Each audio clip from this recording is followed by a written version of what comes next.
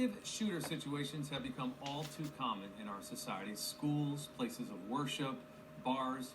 In Tallinn, state police want to make sure that businesses in the area are prepared for the worst case scenario. NBC Connecticut's Heather Burrian is live in Tallinn with the details on today's Active Aggressor training. Heather. Mike, it was all to make sure that if there were ever an active shooter or an active aggressor at a place of business, they had a plan in place. And I did speak to one business owner. He says with thousands of people coming in and out of his athletic facility any weekend, it's better to be safe than sorry.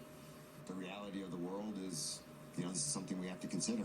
Mike Smida, an owner of Star Hill Family Athletic Center in Tallinn, is talking about an active shooter situation. His facility can see about 3,000 people on any given winter weekend, so Smida says he needs to put a plan in place. Maybe if something did happen, we would, jump into the right action as opposed to sitting there and just panicking. It's why he and representatives from about 10 other Tallinn businesses spent part of the day at an active aggressor training led by state police. Obviously, the climate in today's society with all of these going on, we felt it was really important to do that. It's part of a community policing initiative in town. Troopers leading the course said over 70% of active shooter events happen in less than 5 minutes, and often they're pre-planned.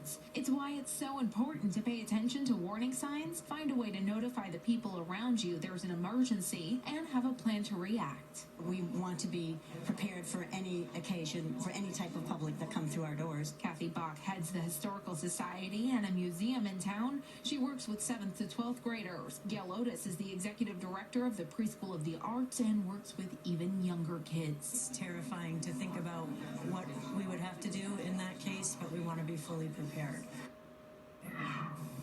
The superintendent of Tallinn Public Schools was also in attendance, but they do have separate training. And also the local state police and fire department are willing to go through businesses, give them a risk assessment. They plan to have even more sessions like this in the new year. Live in Tallinn, Heather Burrian, NBC Connecticut News. Mike Leslie, back over to you.